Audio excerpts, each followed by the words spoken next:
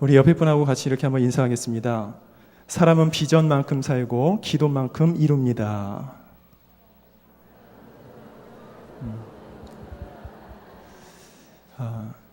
너무 길었나요?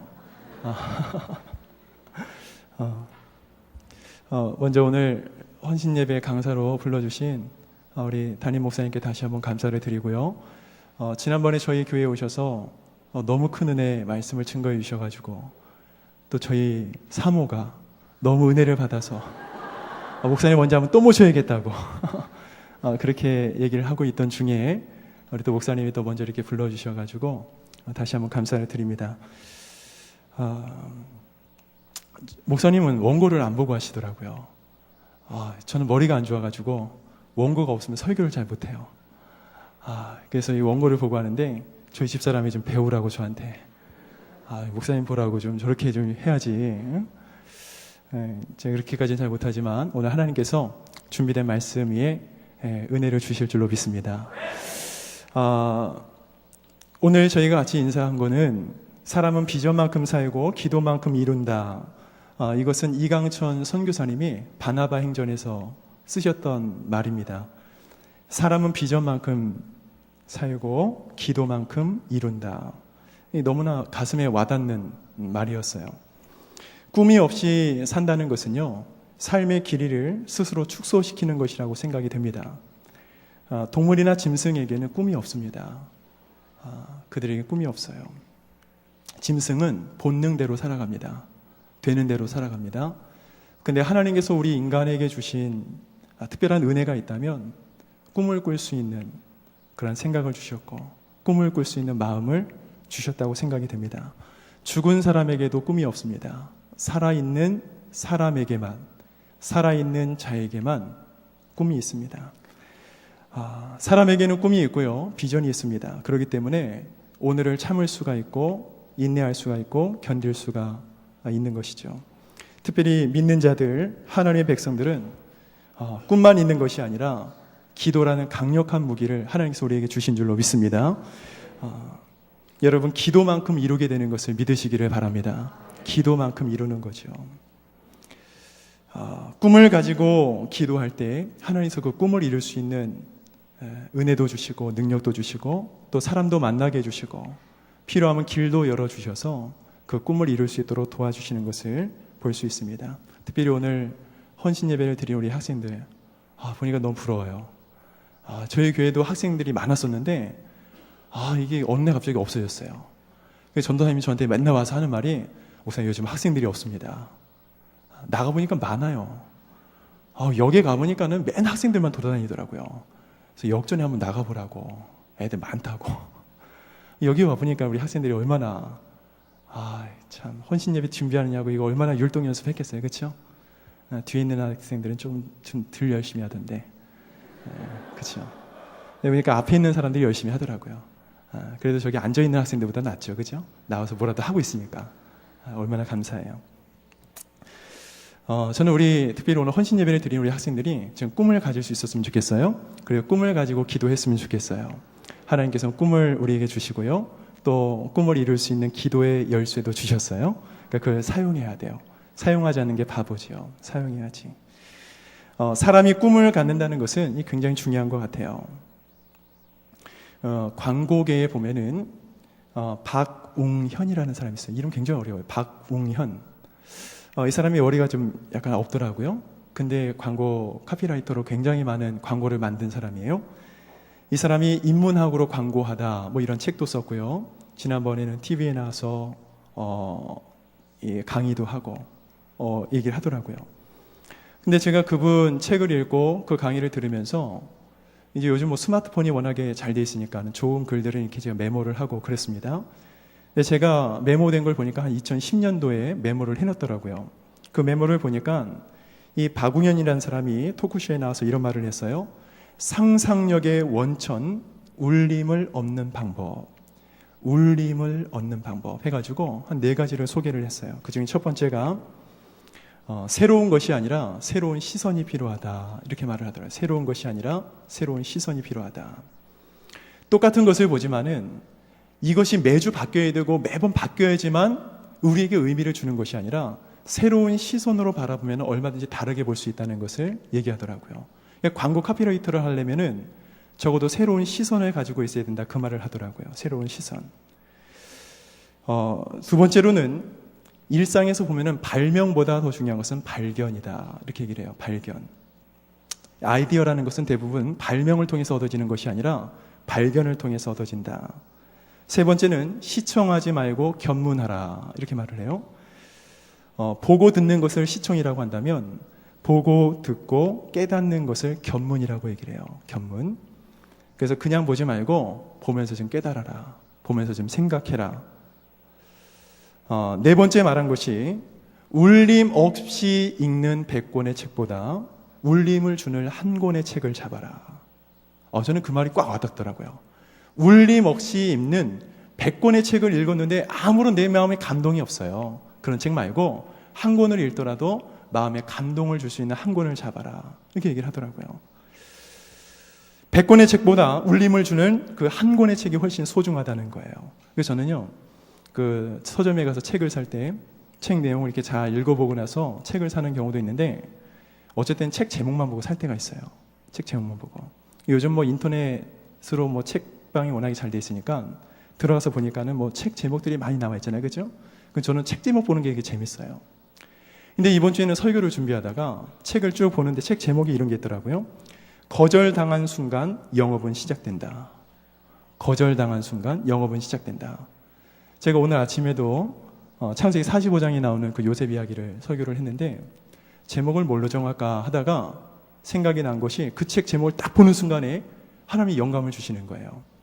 그래서 제목을 이렇게 정했어요. 거절당한 순간 은혜는 시작된다. 무슨 내용인지 모르죠? 45장. 거기 보면 요셉이 자기 형제들을 만나는 장면이 나옵니다. 만났을 때 그가 그 형제들에게 이런 말을 해요. 형들이 나를 판 것이 아니라 하나님이 나를 이곳에 먼저 보내셨다. 이런 고백을 하게 되죠. 울면서 고백을 합니다. 근데 이 요셉의 인생을 보니까 거절당하는 인생이었더라고요. 그가 형들에 의해서 꿈을 얘기했을 때 형들이 그를 구덩이에 넣어버렸어요. 근데 그 구덩이에서 나오려고 얼마나 몸부림치고 애원을 했는지 몰라요. 창세기 42장에 형들이 애굽에 왔을 때 자기들끼리 얘기하는 게 뭐예요? 요셉이 우리에게 애고를 하는 것을 우리가 못 들은 척 했더니 하나님께서 오늘 우리를 이렇게 만드셨구나. 그런 고백을 합니다. 요셉이 구덩이 속에서 가만히 있지 않고 정말 애원을 했습니다. 근데 형들이 그것을 거절했어요. 거절했는데 하나님께서는 그 거절당한 요셉을 버리지 아니하시고 요셉을 통하여서 야곱의 가족뿐만 아니라 애굽에 있는 많은 영혼들을 구원할 수 있는 그런 하나님께서 일꾼으로 세우시게 된 줄로 믿습니다. 거절당하지 않았다면 요셉은 삶이 좀 편할 수 있었어요. 거절당했기 때문에 하나님의 은혜가 그 요셉에게 임한 것이죠. 사도 바울이 하나님께 고쳐달라고, 병을 고쳐달라고 3번을 기도했어요. 근데 하나님께서 이 사도 바울에게 주신 응답이 뭐였어요? 내 은혜가 내게 족하다. 이제 성경을 보니까 거절당한 사람들 이야기가 너무나도 많이 있더라고요. 예수님이 하나님 앞에 기도했습니다.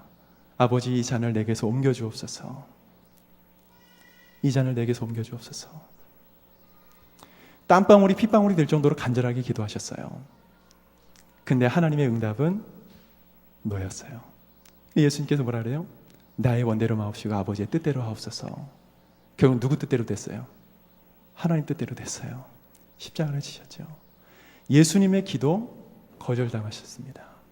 거절당했기 때문에 십자가의 승리가 있게 된 줄로 믿습니다.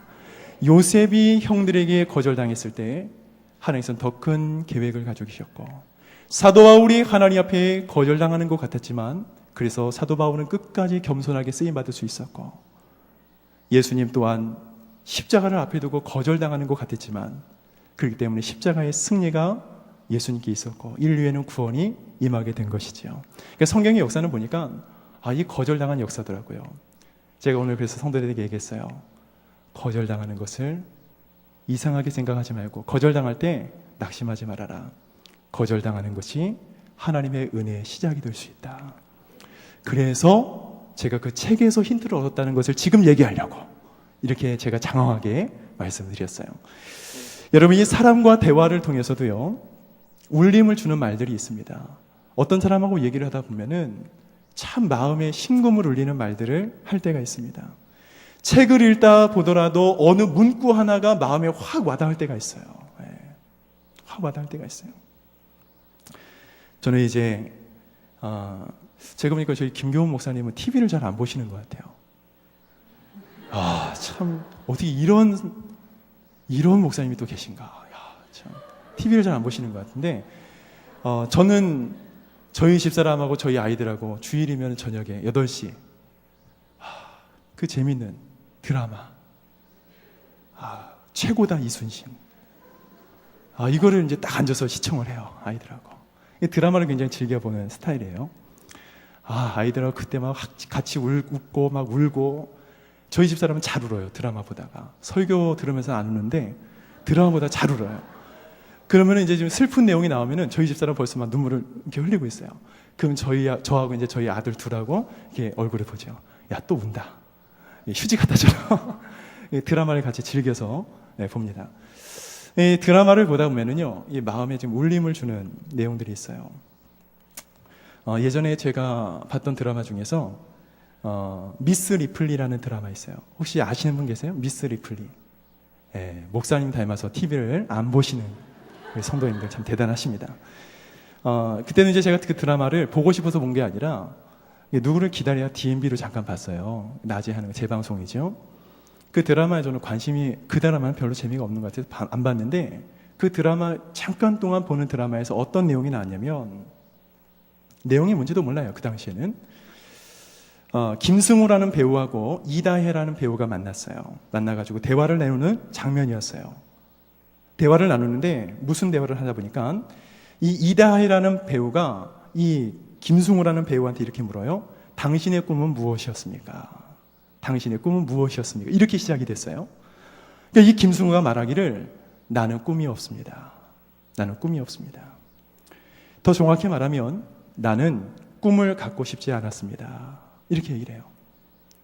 제가 인터넷에 검색해 봤어요. 이 김승우라는 배우가 맡은 역할이 뭔가 보니까 장명훈이라는 배우였어요. 그 당시에 거기에 장명훈이 역할을 맡았어요. 의대를 나왔어요. 굉장한 엘리트더라고요. 머리가 좋아요. 똑똑한 친구입니다. 그런데 가정 형편이 좋지 않아가지고 의대를 포기하고 호텔 마케팅을 배웠어요. 그리고 호텔로 들어가서 호텔에 취직해서 완벽하게 일을 해내는 엘리트 직원이었어요. 사람들에게 인정받죠. 막 호텔에서도 그 사람 대단한 존재였어요. 근데 그 당시에 호텔의 무남 동료 외동딸과 결혼을 해가지고 호텔 총 지배인으로 지내고 있는데 늘 1등을 해왔던 사람이니까 이 사람이 어디를 간지 인정을 받는 거예요. 근데 이 장밀이라는 여자, 이다혜죠. 이 여자를 만나서 어떻게 썸씽이 이루어진 거죠. 그러다가 그 여자가 이 남자한테 물어본 거예요. 당신은 꿈이 뭐였습니까? 근데 이 사람이 말하기를 나는 꿈이 없었습니다. 나는 꿈이 없습니다. 이렇게 얘기를 하는 거예요. 저는 이해가 되질 않았어요. 공부도 잘하죠. 잘생겼죠. 능력도 있죠. 실력도 있죠. 근데 이런 사람이 꿈이 없었다는 것은 이거는 거짓말이에요. 이런 사람이 꿈이 없었다는 것은 이건 뭔가 좀 교만한 거예요. 왜 꿈이 없었을까? 근데 이 장미라는 여자가 또 물어요. 왜 꿈을 안 가졌습니까? 왜 꿈을 안 꿨습니까? 이렇게 물었어요. 그때 이 장명훈이라는 사람이 이렇게 얘기를 합니다. 우리 가정은 굉장히 어려웠어요. 우리 가정은 너무 힘들었습니다. 나는 어릴 때는 하고 싶은 것이 많았습니다. 그런데 내가 꿈을 꿀수록, 내가 꿈을 가질수록 꿈을 이룰 수 없는 아버지의 가난이 내 눈에 보였습니다. 꿈을 가질수록 꿈을 꿀 수 없는 환경이 내 눈에 보였습니다. 그래서 나는 꿈을 안 가졌습니다. 이렇게 얘기를 하더라고요. 저는 그 말을 듣는 순간에 이 마음에 또 확 와닿더라고요. 울림을 주는 말이었어요. 그 말이. 장명훈이라는 이 캐릭터는요, 그가 꿈을 꾸고 싶지 않은 것이 아니라 꿈을 꿀 능력이 없는 사람이 아니라 꿈을 갖고 싶었지만 꿈을 가질수록 꿈의 날개를 펼수록 꿈을 이룰 수 없는 현실들이 자꾸만 눈에 보이는 거예요. 우리 집은 가난해. 아버지는 무능력해. 내 뒤에서 뒷바라지 해줄 사람이 없어. 내가 꿈을 가지면 뭐해? 안 되는 현실이 보이는데. 그러면서 이 사람은 꿈을 죽여왔던 사람이에요. 꿈을 버렸어요. 꿈을 포기했어요. 그래서 꿈을 꾸지 않았다고 얘기를 합니다. 제 마음속에요. 저도 참 두려우면서 또 하나 기도 제목이 있다면, 제가 이제 목회자로 있잖아요. 그죠? 저희 아버님도 목회를 하셨습니다. 저희 형제가, 우리 아까 목사님하고 잠깐 얘기를 나눴지만은, 저희 형제가 사남매예요. 제가 막내입니다. 저희 위로 누님이 둘이 있고, 그 위로 큰 형님이 한 분이 계세요. 그 중에 저만 목회를 하고 있고요. 세 분은 평신도예요. 평신도에서도 날라리 평신도. 그냥 교회만 겨우 출입하고, 예배도 빼먹어가지고 맨날 신방 가야 되고, 그런 평신도. 저희 아버님이 이제 제가 어렸을 때 굉장히 어렵게 목회를 하셨어요. 뭐 그 당시엔 다 어려웠었죠. 그죠? 근데 제가 좀 어렸기 때문에 더 몰랐던 것 같아요. 어떻게 보면 하나님께 감사하죠.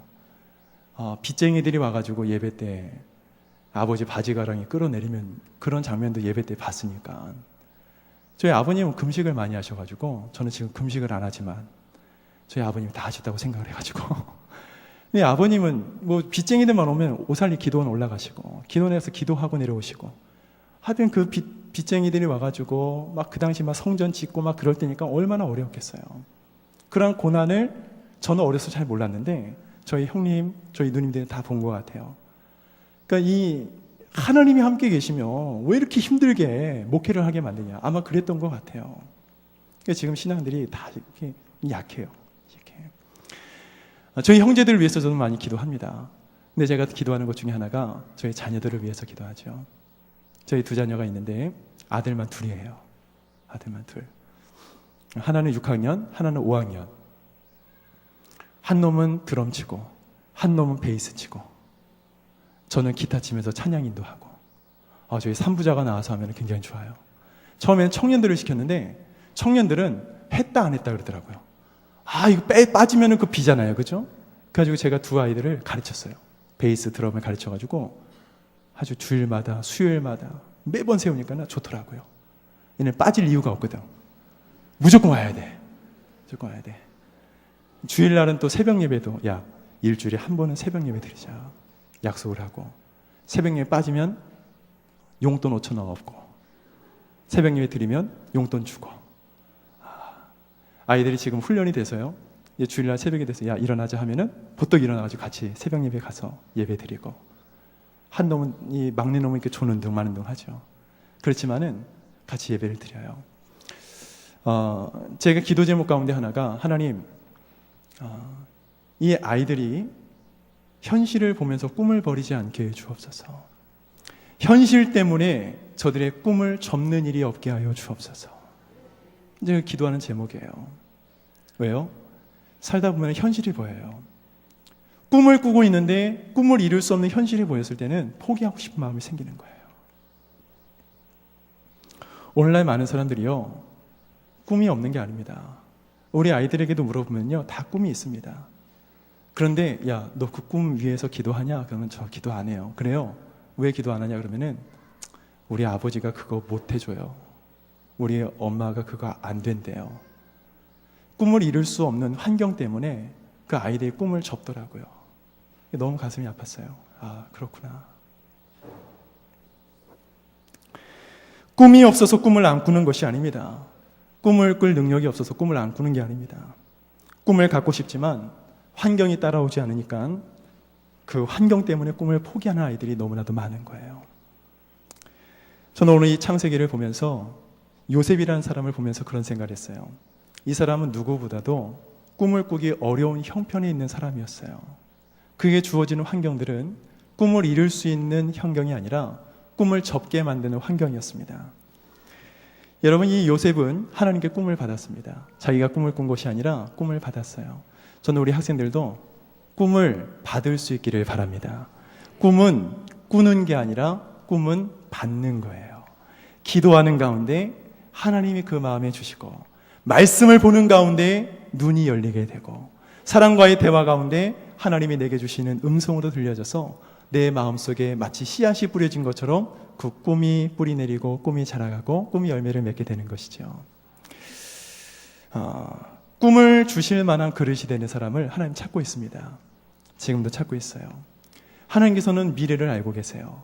그래서 아마도 요셉을 선택하셨다고 생각이 돼요. 요셉, 겉으로 볼 때는 별 차이 없습니다. 그렇지만 그의 그릇은 준비된 그릇이었어요. 그의 그릇은 하나님의 꿈을 주실 만한 그릇이었습니다. 저는 오늘 이 헌신 예배를 드리는 우리 학생들 가운데도 정말 하나님께서 꿈을 담으실 만한 우리 그릇이 준비된 학생들이 생겨줄 수 있기를 주의 이름으로 축원합니다. 그런 학생들이 나왔으면 좋겠어요. 이 중에 한 학생이라도 만약에 그런 꿈을 담는 요셉 같은 사람이 나온다면 대한민국은 살게 됩니다. 한 사람 때문에 서울시가 살게 되고요. 한 사람 때문에 하나님의 영광에 우리가 맛보게 되는 것이죠. 꿈을 담을 만한 그릇. 요셉은요, 꿈을 받았습니다. 그리고 꿈을 소중하게 생각을 했어요. 그러는 중에 꿈을 가진 지 13년이 지났어요. 평민으로서는 이룰 수 없는 최고의 경지에 올랐습니다. 애굽의 국무총리 자리까지 올라갔어요. 노예의 신분으로 국무총리가 된다는 것은 이건 기적 같은 일이죠. 버림받고 땅에 갇히고 다시 팔려가고 모함과 비난을 당하고 감옥에 가고 감옥에서 배신당하고 수도 없는 고난의 연속이었습니다. 순간순간에 보면 어둠의 터널을 계속해서 끊임없이 지나가고 있었어요.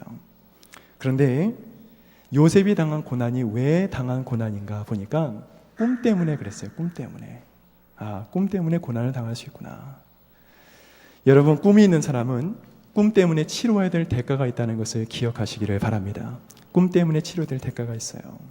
꿈 때문에 고난도 당하지만 분명한 것은 꿈 때문에 내가 행복해질 수 있다는 것도 알아야 돼요.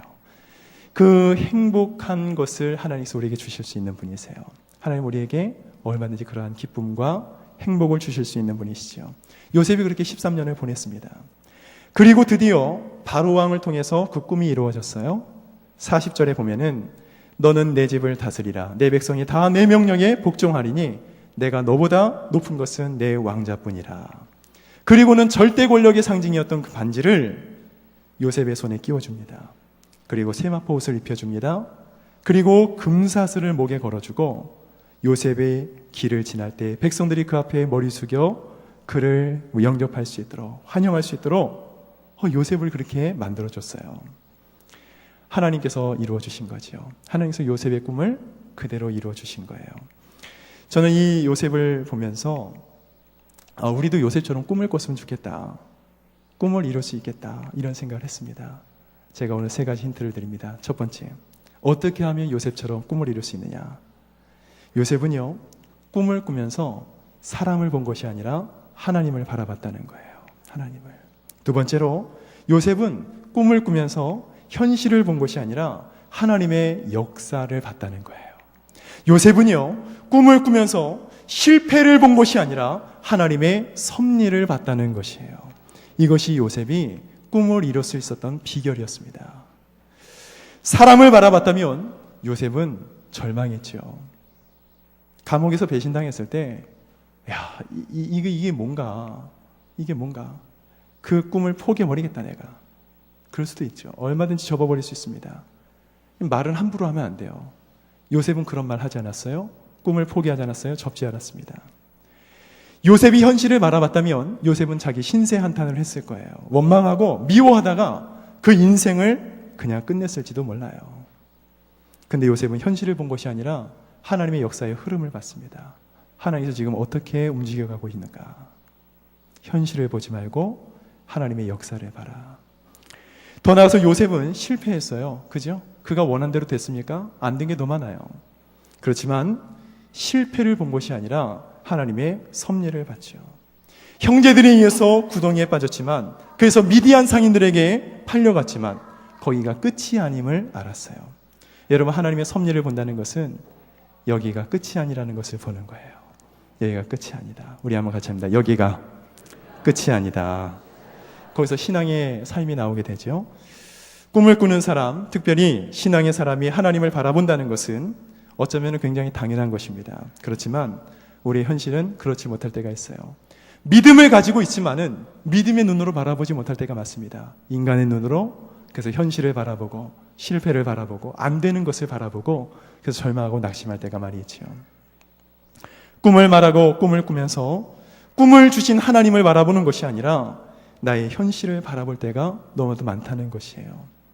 베드로가 물 위를 걸어가다가 주님에 대한 시선을 잃어버리고 물을 바라봤을 때 물속에 빠져갔어요. 그리고 주님께서 손을 내밀어서 베드로의 손을 잡아주시죠. 우리가 지금도 우리의 시선이 주님에게서 멀어지고 세상을 바라보고 물을 바라볼 때가 있어요. 출렁이는 물, 안 되게 만드는, 나를 넘어지게 만드는, 빠지게 만드는 그런 현실을 바라볼 때가 있다는 거죠. 여러분, 꿈을 꾸면서 하나님을 보는 것이 아니라 자꾸만 사람을 보고 환경을 보고 나의 형편을 보고 그럼 낙심받게 되질 않아요. 장명훈이라는 사람, 아까도 말씀드렸지만 꿈을 꾸지 않은 것이 아닙니다. 꿈을 포기했어요. 꿈을 꿀 능력이 없는 것이 아니라 환경 때문에, 현실 때문에 그 모든 꿈을 접어버렸습니다. 하고 싶은 일도 없고 되고 싶은 사람도 없는 것이 아니라 꿈을 꿀 때마다 현실이 자꾸만 눈에 보이는 거예요. 그것 때문에 얼마나 그가 고통스러웠겠는가. 만일 내가 부잣집에 태어났다면 내가 하고 싶은 거 할 수 있었을 텐데, 우리 아버지가 좀 부자라면 내가 사고 싶은 거 다 사줄 수 있을 텐데, 자기의 꿈을 이뤄줄 수 있는 사람이라고 생각을 했겠죠. 근데 그렇지 못해서 꿈을 버렸어요. 그 고통이 싫어서 꿈을 포기했습니다. 여러분, 믿음이라는 게 뭐예요? 믿음이라는 것은 꿈을 꿀수록 하나님을 바라보는 것이 믿음인 줄로 믿습니다. 꿈을 이룰 수 없는 현실을 보는 것이 아니라 꿈을 이룰 수 있도록 도우시는 하나님의 손길을 바라보는 것이 믿음인 줄로 믿습니다. 나에게 꿈을 주신 하나님이 꿈을 이루어 주신다는 것을 믿는 거예요. 꿈을 주셨으면 꿈을 이루어 주신다. 하나님이 어떤 분이세요? 예레미야서 33장에 보면 일을 행하시는 여호와, 그것을 만들며 성취하시는 여호와, 그의 이름을 여호와라는 이가 같이 이르시도다. 일을 행하시고 일을 만드시고 일을 성취하시는 하나님.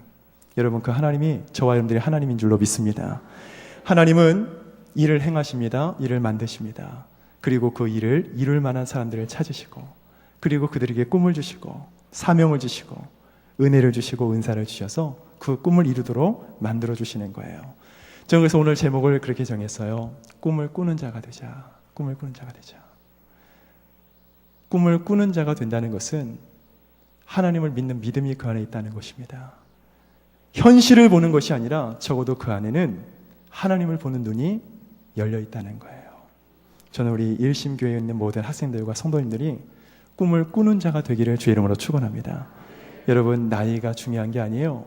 꿈을 꾸는 자가 되면 하나님께서는 그 꿈을 이루어 주실 수 있어요.